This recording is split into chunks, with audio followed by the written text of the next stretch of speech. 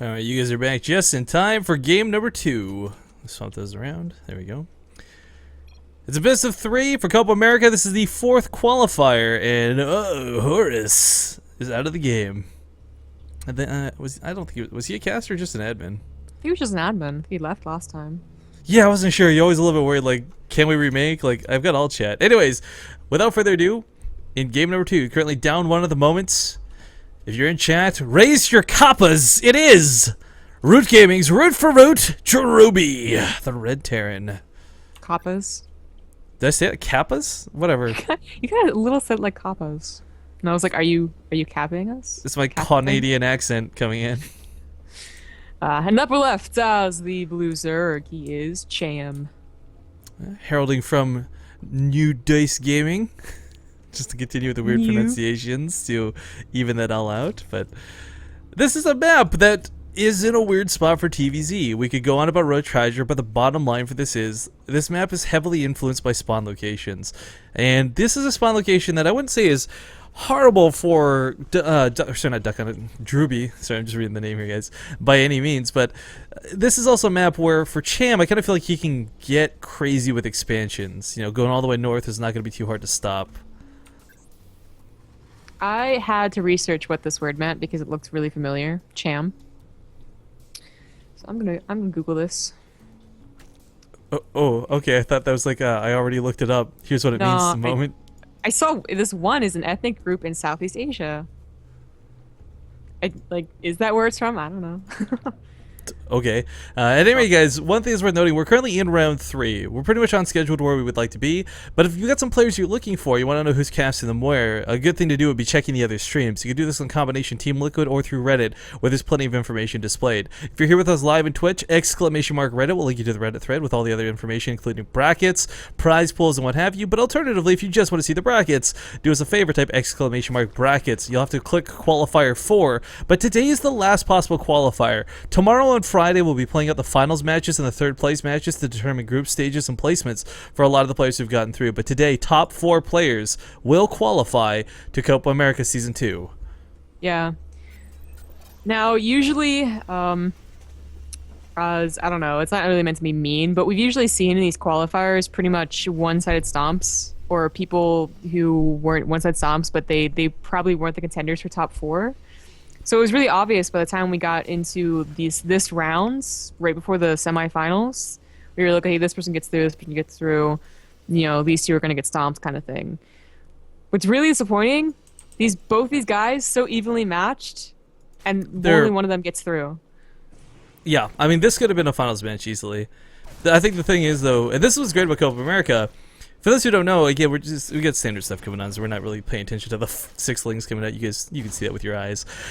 Copa America had a very interesting Season 1. The history of it isn't too long, and we're not going through like this big, boring history lesson, but in Season 1, it was all about bringing the communities together. You know, getting the Spanish, the Brazilian, the Latin communities to work together for one giant league, which was cool and which was awesome. This is Season 2. Season 1 worked out so well. Not only did Blizzard increase the prize pool for this, and yes, you heard me, Blizzard increased the prize pool for this, but on top of that, they've included the rest of North America. So that's why we're seeing some of our favorites like Drewbie playing here today, like Cats earlier. Well, I think Cats would have been able to qualify for Copa America anyways. The point remains, though, that we have so much involvement from Blizzard in this, we got so much community involvement from the actual players of the various regions, that Copa America, it might not be WCS, but damn if it isn't a good thing for the community. It's very close to it. You know, the more... I don't know what their plan is, whether they actually have a scale, like, where they're like, okay, Copa America has reached this many people, now let's make South America like a WCS region. I doubt that's how it goes, but it'd be really cool if this is just like the start, you know, and then maybe a few years even down the road. I don't know. This is what evolves into it. Kind of reminds me of Australia, though. The same token, you know, another community segmented. It's exactly the same thing, I would say. Well, but the difference is Australia doesn't really have Copa America, whereas they've just got seeding into Challenger League. Yeah, no, never mind. You're right. That's what they have. This is just a straight up $15,000 prize pool. This doesn't lead into WCS by any means, but it is worth noting, guys, that whoever wins this best of 3 will be one of the players who qualify for today. So I mean, we can't stress that enough. For Drewbie, for Duck Hunt, or sorry, for Drewbie or Cham. I know, I keep reading the name at the top of the screen. For either Drewbie or Cham, this series means a lot, because it's not only like you're so close to actually qualifying, but there's no losers bracket. But alright, third command center is down. We get those Hellions coming out at pretty due time. I don't know, like that map, I just feel like Drewbie played a really solid game, just didn't play to the map, you know? And this is another map where, if this was Frost, it might be a different story, but because it's merry-go-round, you have to play to the map. I would say Drewbie didn't play to...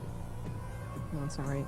He didn't have any scouting information, alright? So he didn't play to anything. Right, but that's what I mean, He was like, playing what... to the standard, you know, what he thought was going to happen. Okay, but let me ask you this, Samgrab. Do you really think if that was not a gold base, but a regular quick fourth, yeah, that would have snowballed so quickly? Yeah. He had no idea that it was Roach Baneling all in. You would have bunkers, you would That's maybe true even still too, have yeah. tanks. He just thought that it was going to be a regular game, maybe even Roach Hydra, which he did play against before, and he beat back without the bunkers. I think the gold, while definitely a boon, wasn't the decider. Okay, maybe. But we do have some drones dying while this is going on, so I didn't want to cut you off. But 6 workers down so far, 7. Doesn't exactly get the best cost for these Hellions, but he did drive all the workers off the main for a good like 30-40 seconds. But Cham, bringing up the point of what we just talked about, once again going for some very fast fourth. And this is kind of again what I was mentioning earlier, where you're gonna get away with the northern half of the map. Just the bottom line is, it's even though it's technically a mirrored map 3 ways, it's a lot to do with these sort of air blockers that really affect positioning, affect flybys, and of course you're never going to have Drewbie try and wrap around the north for that base, whereas he'd much be more inclined to wrap around the south to this one. Here's the problem for Cham right here. We finally have these positions where it's very obvious what Drewbie can do against the fourth, and that's he goes to the Zelnaga, he takes Zelnaga control, which is already, you know, really, really good to have, but then is a direct, like, you can have that and also a direct attack on the fourth. You just siege up, you know, you don't actually have tanks, but you siege up some units on low ground and then pick them up in the high ground, and you just stay there and you abuse that forever until they can finally really squash your army.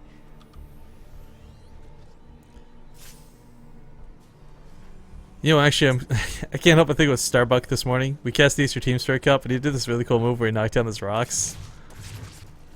Oh, Definitely yeah. something that Cham could consider doing if he was going to go for some sort of crazy all-in. But the Reapers have been cleaned up on the map at this point. No additional drones have died, but he's up to 70 Harvesters already, and this is kind of that sweet spot you want to be. He's trying to float the command center over, but Cham's already blocking it out with the Overlords. Wait, we were talking. Oh, that's right. You used them on the. That's what happened. Cham just really. I was wondering what happened to Hellions. Cham has been able to do whatever he wants, and that's too bad for Drewbie. But Drewbie does have much faster upgrades this time. Last time it started around 10 minutes. Here, Cham's same time as last time, which means they're a lot later. Well, Cham's upgrades are also pretty late too. I mean, metabolic boost and all things considered. That's what I'm saying. Cham's is late. Drewbie's is a lot faster than last time. Cham's the exact same as last time. Oh, okay. So I thought you meant that you were talking with role reversal, I guess. Yeah. No medevacs here just yet to get a little bit late, but they can pick this army up to save it. He's going to kite around a little bit to deal with this, but as the reinforcements come in, this looks a lot better. Problem is, army's still low. Yeah. It is, but Cham doesn't have a lot of banelings. That's what you need to really power through the healing of the medevacs. That is why, you know, just Roaches is not that good. Yeah, the burst damage. Yeah, and Drewbie continue doing this. Well, he's looking to assault this base, that's for sure. The problem is the longer he waits, the better chance there's more banelings. Stims once again in this army, which was low before, isn't looking a whole lot better, but he needs to get off creep if he really wants to force a good fight. Oh, still no combat shields either. That is late. That's at 12:30. I think it's finished before that. I wonder what the is. You know the math about the Roach hits versus a Marine without combat shields, rather. I don't know. Didn't Nathanius post like or talk about something like that on Twitter? Oh, who reads Nathanius? I'm just kidding. You know, actually, this is a bit problematic. I would have liked to have seen Duck Hunt, aka Drewbie, invest in one of those Pult-style 1 Vikings. Because every game he's played today, he gets caught. Like, these Overlords, surprise, that's why he disengages immediately. Yeah. I was just owing because Drewbie gave away his upgrade lead. No one ever admits to that, yo. Everyone's always like, sec, lag, sec, had to do something. I'm guessing a lot more of those pauses are for music stopping. We had, Starbuck on the phone this morning, too, I think, right? Well, okay, yeah, phone is still kind of a legitimate reason, I suppose. But no one admits that it's the music that stopped. No one wants to admit their cat knocked over their desk, jumping around from chair to chair type thing. But all right, Drewbie's gonna go for an attack here. Problem is, No matter what he wants to get accomplished, he's not going to be allowed to. I like the decisive secondary attack him through the middle of the map, but the northern one's already been scouted out, so this won't be the distraction that he wanted it to be. In fact, forced to pick up pretty much immediately. I'm gonna snipe some buildings. Again, we could have a position where Drewbie doesn't think that mutas are on the way. They weren't last time, and he was just attacked with Roach Baneling. This time, they're here. They can take on these medevacs. He will not be able to abuse the drops like last time. Get some good ones over here in the middle cliff. But he doesn't kill a lot of the drones, only his spine crow goes down. So Bailing's coming in, he's not focused firing them, tries to run away, goes for the pickups a little bit late. Gonna leave. Why did he leave 3 Marauders behind? It's gotta be misclick. I mean, there's a possibility that all the Banelings would explode on him, but it was a low possibility. Oh, the upgrades are such a big deal. We should already have 2-2 well on the way for Drewbie. Like, almost finished. Does he even have an armory? He has an armory. Why aren't you using it? And look at his minerals. Okay, I'm calling you on it, Drewbie. Last time he was banking minerals, he was like, I think, you know, I hope no one called me on that. Well, now I am. Yeah, 1,500 minerals is quite a bit, but I don't know. This is gonna be a really hard hold. This command center needs to lift. Bailing's going into it. Actually, oh my God, lift. Oh no. Hang on, that might actually end up working though, because now there's no Bailings for the army, and Drewbie could pursue this. There's not a lot of Bailings left. Counterattack swift enough to take advantage of it. I don't know. He's got those drops in the north still, just kind of sitting, but of course he's busy controlling down here towards the south. Marines doing what they can. On top of the command center going down, he actually supply blocked himself with that too, so that makes it even worse. Now the drops in the north being activated, but there's still a spine crawler or 2 here to defend, so it's not going to be a free attack by any means in Cham. Well, Cham's looking really good after that attack. Fortunately for Drewbie, he has that 4th finishing up right now, and he had all those minerals banking up to just produce another command center anyways. So his actual economy doesn't... Yeah, well, he lost 1 SCVs. But he's still at 67, so never mind, he's fine. Just retake that 3rd instantly. You know, if he didn't already have a 3rd command center ready to go... well, wait, he's building a location? I thought he was going to move the one he had just finished building over, but... Mistake, I think. Alright, well, still pushing forward here hard. There's not a lot of Bailings left. There's enough that he can focus fire them if he wanted to, but instead picks up. And this is a danger because of those Mutalisks. Now if he wants to unload the army, it's coming out so slow. Oh, yeah. He has to unload on top of Lings. Just not what you need. This command center can be cancelled after soaking up some hits. Not going to be by the looks of it. He's still got a couple Woodmines he can try cutting over top of, but it goes off on top of the Overseer instead of anything useful. So the Mules are just doing a ton of damage. He is starting to focus right down some of these Banelings really well, though, and this sort of engagement off of creep is what Drewbie really needs. Cham is throwing away a lot to this attack, and I think Cham overestimated just how much he could end the game right now. Because Drewbie, he snuck in a 3rd while this was going on. Was that enough? It looks like it's still even. Cham, It hurts. He's on 4 bases. There was a drop that was running around a little bit, but it didn't do a whole lot. These Woodmines, by the way, here. Who gets one of the mutants? That was the longest reaching Widowmine I think I've seen yet. The upgrades are finally finishing. The 2-2 finished at 18 minutes. It's just, this hurts me. Why did he umbrella the Those are safe! Okay, whatever. Repositioning the rest of the Widowmines. Though the friendly fire on top of the Medivacs makes them all so low. The Mutals will have no problem picking them off. Now trying to cut away from this. Those Widowmines were the worst possible connections Drewbie could have ever feared. Thanks a lot, Widowmans. Oh my Thanks, God, Blizzard. He doesn't lose like 1 or 2 medevacs. He loses almost every single medevac to this. You can lose Marines all day, you can lose Marauders all day, but you can't lose those medevacs. He just lost the majority of the supply as well. Like, we were like, oh, he's kind of even in supply, but a lot of that wait, hang on, he's gonna make up for it. He's gonna make up for it. He picks up almost all the Mutalisks. That was roughly a 1-to-1 trade. I mean, like 6 medevacs or 6 Mutalisks right there.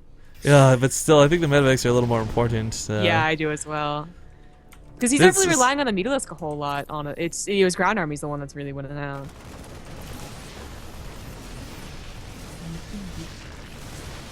This, by the way, was what I expected. A very slow, patient game of, you know, keeping your units on the low ground with that Thor to cover and then lifting up occasionally. And it's not been that way for Drewbie. No. Middle of the map getting caught once again. Widowmines being more harmful than they are helpful, sadly. Thor doing what he can, but can he save it with the medevac? Oh, that might have been risky. He's got the high ground, so he gets away from the Lings, but there's still roaches in range of this. Marauders are not in a good spot, and this base has still never gone down. The thing, though, this did open up a pathway for reinforcements to get here. There's too many Lings blocking this out before. Cham is slowly starting to lose in supply. I mean, Drewbie It's, has had a third. He is getting a right. fourth right now. If it wasn't for that third, oh, those were good baneling sick. Widowmine hits. About time the Widowmines gave some karma back to Drewbie. Now he may actually be able to kill his base finally. Maybe. You know, for as long as Cham has been on 4 bases, I thought his remax control was going to be so much better. But constantly fighting off of creep, constantly thinking that he has a kill move when he didn't quite, is finally starting to bite him. Oh man, I just can't. The Widowmines this game have been so back and forth, I think we'll say, to save some more inappropriate phrases. But the Widowmines are not here, and this small drop is still not picking off the hatchery. The base was established here to the north, but a small counterattack goes off elsewhere. The banelings look like they weren't that effective. I don't even know what happened Not there. at all. He still has enough money for a 5th command center. Widowmines, once again, can they get the heroic hits they need? We got the Marines kiting back past this, but GG is going to be called. Drewbie takes the game. You know, I'm supposed to mark down highlight moments. I think that's going to be one of them, that game. Widowmines, Drewbie, Cham, game 2. You have to show like all 3 Widowmine hits though, so it's very clear that the last one was finally what he deserved. Right? Alright. Well, that ties up the series 1-1, guys, and we'll be hopping to game 3 here in just a moment. I have